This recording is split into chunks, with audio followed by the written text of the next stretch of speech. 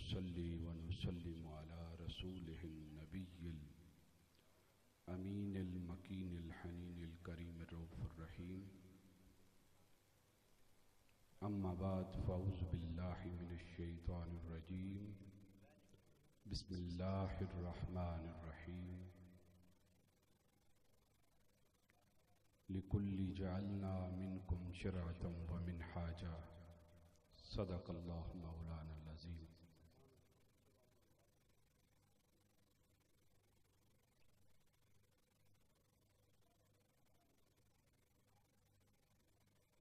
आस्ताना आलिया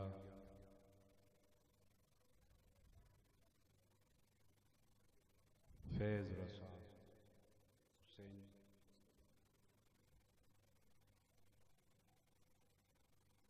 पर पहले भी हाज़री का मौका मिला।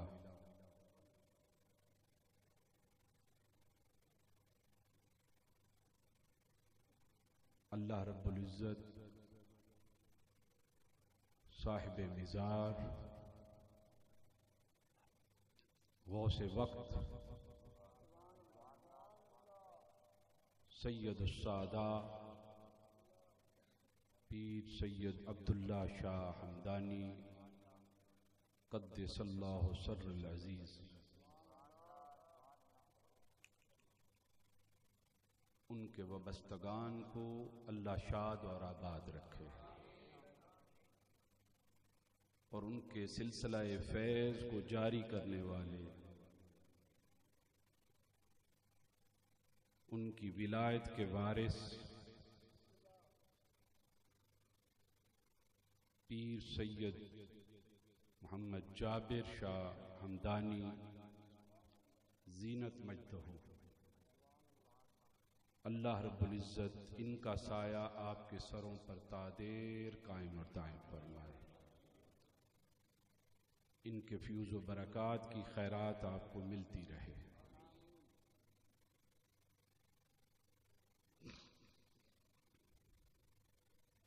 क्योंकि आज उर्स का मौका है तो उर्स का मतलब समझते हैं आप? शादी को कहते हैं। क्या कहते हैं? शादी है आज। अब्दुल्ला शाह साहब की आज शादी है। किससे? महबूब से मिलाप हो रहा है। आज वो दिन है जिस दिन वो महबूब से अपने महबूब से मिले थे। और मर्द को खुशी किस दिन होती है? जब उसकी शादी होती है। और फिर शादी महबूब से हो जाए तो उससे बड़ी उसको खुशी क्या होती है? जी शाह साहब, महबूब शादी की सूरत में मिल जाए तो उससे बढ़कर खुशी क्या होगी? तो जब आशिकों को, वलियों को विसाल होता है,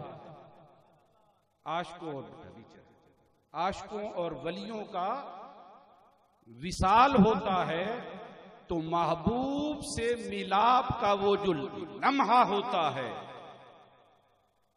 उनसे बढ़कर अजीज लम्हा उन्हें दुनिया में कभी नहीं मिलता।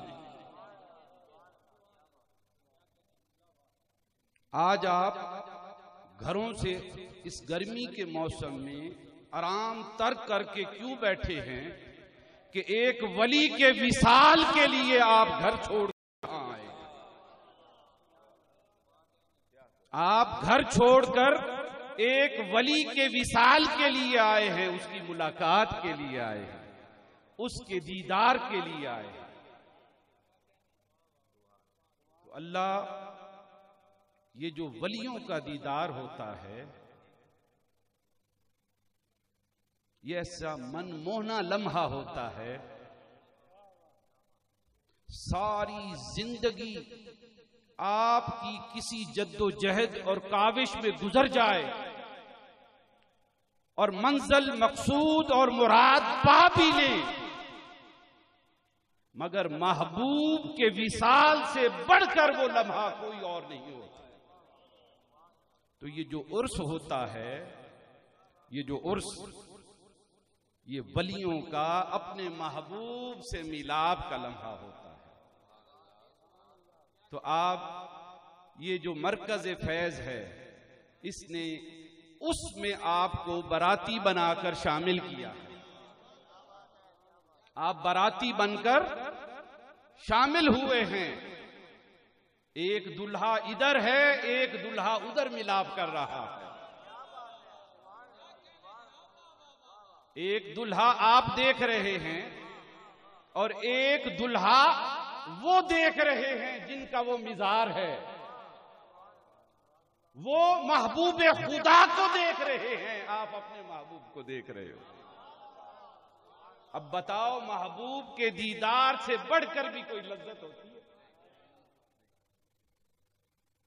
महबूब से बिछड़ने का जो गम होता है ना, जो विछोड़ा होता है, वो जरा खुदा से पूछो कि जब उसका महबूब शबे मेराज वापस लौटा था तो सिदरतुल मुंतहा के मोड़ तक पलट पलट कर देखता था।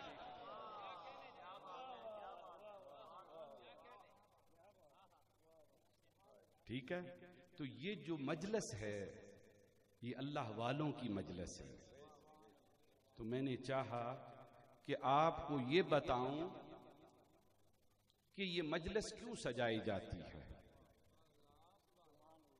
मैं लाइव घर से निकलने से पहले आपकी पूरी मजलिस देखता रहा हूं। रास्ते में इमरान खान के जलसे और उसकी वजह से ट्रैफिक और ब्लॉकेज की वजह से 2 घंटे ताखीर हो गई मुझे, तो मैं लाइव देखता रहा। उलमा अपने अपने अंदाज में अहले बैत को खराज अकीदत पेश करते रहे। खिताबों का और नात खानों का सिलसिला जारी रहा। मैंने ये सोचा था कि मैं जो मकसद है वो बयान कर दूं।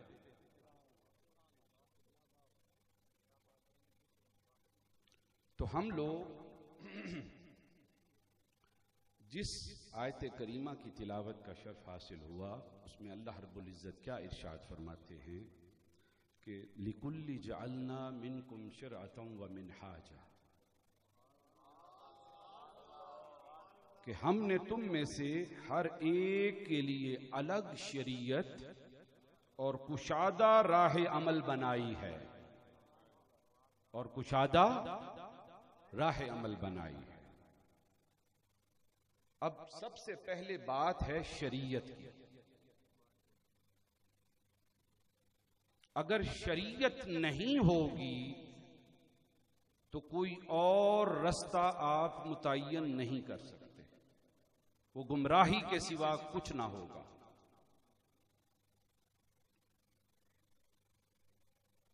और इस रास्ते को समझाने के लिए एक शेर में शायर क्या कहता है, वो कहता है कि मैं खजूर के दरख्त पर चढ़ा और वहां से मैंने अंगूर खाए। मैं खजूर के दरख्त पे चढ़ा और मैंने वहां से अंगूर खाए। बागीचे के मालिक ने मुझ पे गुस्सा किया कि इसने अखरोट क्यों खाए। उसने उस पे गुस्सा किया कि तुमने अखरोट क्यों खाए। अब कभी खजूर के दरख्त से अंगूर मिलते हैं? नहीं मिलते।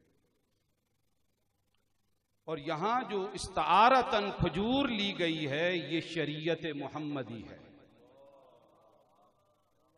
ये क्या है? ये शरीयत मुहम्मदी है सल्लल्लाहु अलैहि वसल्लम। और कुरान कहता है कि हमने हर एक के लिए एक शरीयत का रास्ता मुतय्यन किया है। और शरीयत के दरख्त से क्या कोई और चीज मिल सकती है मां सिवाय शरीयत मुहम्मदी के, तालीमात मुहम्मदी के, खैरात मुहम्मदी के सिवा कुछ नहीं मिल सकता वहां से। वो कहता है खजूर के दरख्त से मैंने अंगूर खाए। अंगूर है तरीकत। अंगूर क्या है? ये है तरीकत। जिन्होंने शरीयत की पासदारी की, दीन मुहम्मदी की पासदारी की, तालीमात मुहम्मदी की पासदारी की, आका दो आलम सल्लल्लाहु तआला अलैहि वसल्लम के कदमों का धोवन बनकर रहे और उनके दर की निगहबानी करते रहे, अहले बैत मुतहरा की निगहबानी करते रहे। उनको जो वहां से खैरात मिली वो तरीकत की सूरत में मिली, और तरीकत का दरवाजा अलीउल मुर्तजा के जरिए से खुलता है। अना मदीनतुल इल्म व अलीयु बाबुहा। शरीयत का इल्म और शहर अगर मुस्तफा है तो उसका दरवाजा कौन हुआ? वो अली हैं, और अली तरीकत के सारबराह है और साहिबान है। अली तरीकत के सरबराह हैं, इमाम हैं। जो अली के दर से होके नहीं जाता उसको तरीकत की खैरात नहीं मिल सकती। वो सब कुछ हो सकता है हमदमी साहब, वो सब कुछ हो सकता है, मगर वो मुस्तफा का उम्मती भी नहीं हो सकता और अली का चाहने वाला भी नहीं हो सकता अगर वो तरीकत का दरवाजा अली के दर से बगैर कहीं से तलाश कर।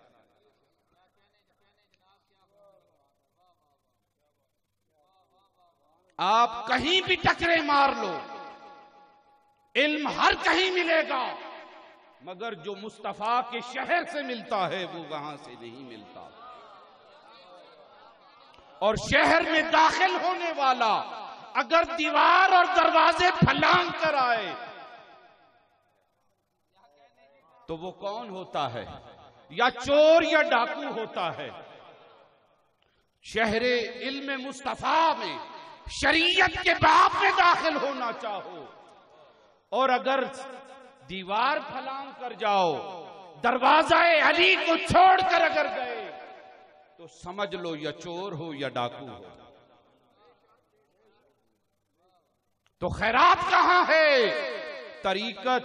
और वो जो दरवाजा खुलता है इल्म का वो वास्ता-ए अली से खुलता है, वो वास्ता-ए अली से खुलता है। तो इसका मालिक जो है, इसका जो मालिक है वो क्या कहता है? मालिक कौन है? वो मोहम्मद मुस्तफा है। वो मालिक कौन है उस बागीचे का? वो मोहम्मद मुस्तफा है।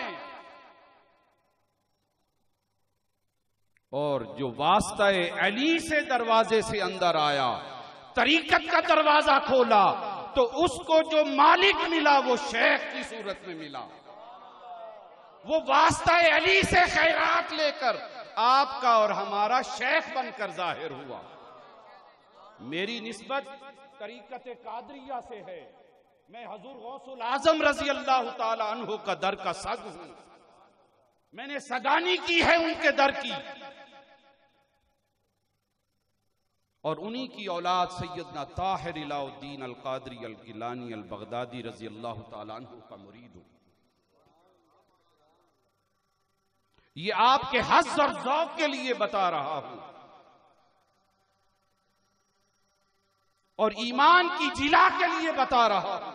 मैं अगर सैयदी ताहिर इलाउद्दीन का मुरीद न होता और आज तक वो मुझे फैज रजा बारगाह न मिली होती तो रब्बे मोहम्मद की इज्जत की कसम आज मैं पीर जाबिर शाह की बैत करके उठता।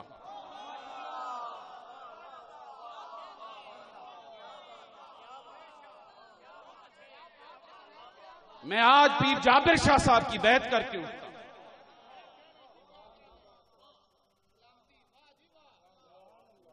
क्यों? मार्केट में शोबदाबाजी बहुत ज्यादा है,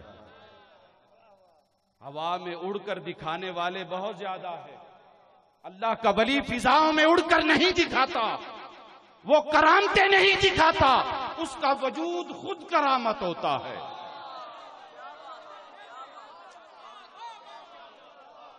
मुस्तफा से जब मक्का वालों ने मौइज़ा मांगा और दलील मांगी थी अपनी जिंदगी पर, तो मेरे आका ने क्या फरमाया था? कम लबिस्तु उम्र फीकुम, मेरी जो उम्र तुम में गुजरी है इससे बड़ा भी कोई मौइज़ा है? इसी तरह वली के बारगाह में जाओ और उसके चेहरे को देखकर खुदा याद ना आए, वो वली नहीं। जिसकी मजलिस में खुदा ना याद आए वो वली ही नहीं। बाबा गुलाम फरीद के पास कुछ मुरीद चले गए कि बाबा जी सारे मुरीद छोड़कर चले गए, हम 4-5 बच गए। शहर में एक शख्स आया जिसने हवा में उड़ने का दावा कर दिया है। वो कहता है मेरी मर्जी के बगैर मुझे फिजा से कोई नीचे उतार नहीं सकता। अल्लाह का वास्ता देते हैं, हक के रास्ते की बका के लिए आप उस मैदान में चलें और उस पखंडी का इलाज करें। बाबा जी ने कहा मेरे पास टाइम नहीं है, मेरा मुसल्ला वहां उसी मैदान में डाल दो, फिर देखते हैं क्या होता है। बाबा जी का मुसल्ला वहां डाल दिया गया। हजरत गुलाम फरीद मसूद शकरगंज रहमतुल्लाह ताला अलैह मुसल्ला डाला। आप लकड़ी के खड़ावे पहनते थे, लकड़ी की नाल, लकड़ी का जूता पहनते थे जिसमें सिर्फ अंगूठा होता था आगे रोकने के लिए। वो मुसल्ले पे उतार के चढ़े और मुड़ के मुसल्ले से जूतों की तरफ, अपने नाल की तरफ कहा जा इसको उतार के ला बदबख्त। वली के जूते की ताकत इतनी है कि पखंडियों का इलाज कर देता। उसको करामते दिखाने की हाजत नहीं होती। पीर की हाथ पे बैत करनी हो और मुर्शिद चुनना हो तो उसकी सोहबत लो, उसकी मजलिस में जाओ, उसके पास वक्त गुजारो, सुबह शाम उसकी कुर्बत में गुजारो।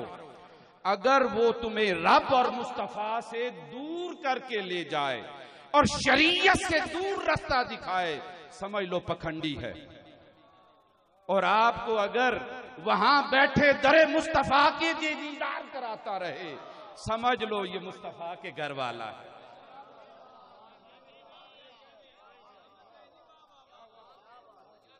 फिर क्या होगा कि वो जो खजूर के दरख्त पे चढ़कर अंगूर खाने निकले थे और बागीचे के मालिक ने रोककर डांटा था कि अखरोट क्यों खाए।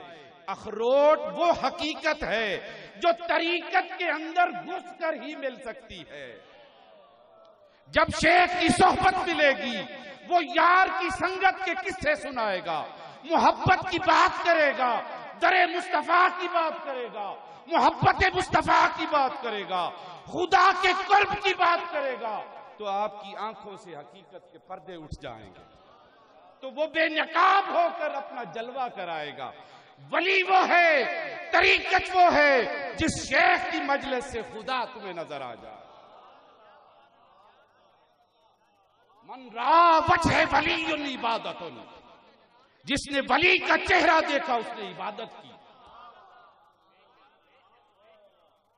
सारी रात यूं ही नहीं बैठे हो, तुम इबादत में बैठे हो।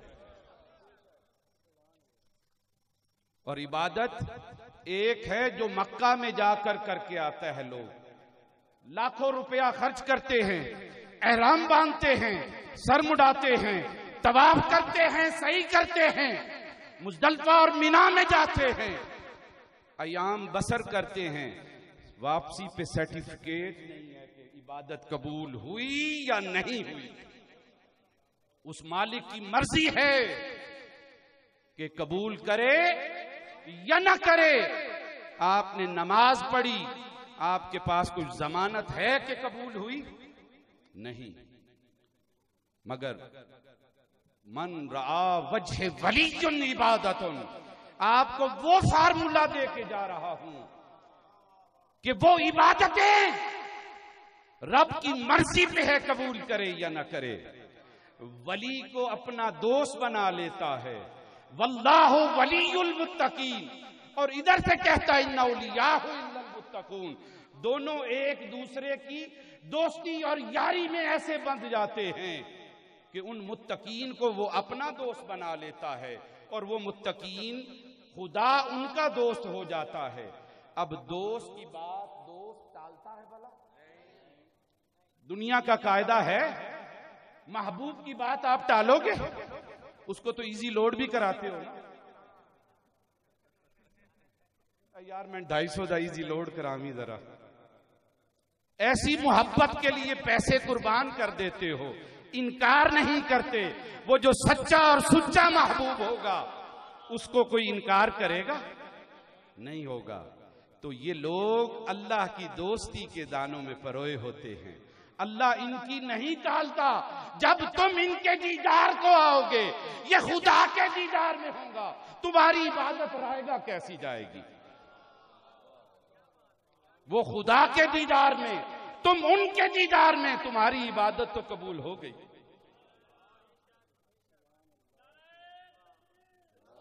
मैं पता नहीं ये इनका कश्फ है, इनका तसव्वुफ है, इनका तसर्रुफ है। ये मेरे साथ दूसरी मर्तबा हुआ है। मैं मौजू शुरू करता हूं और हो कहीं और जाता है। आपको याद होगा इससे पहले जब खिताब किया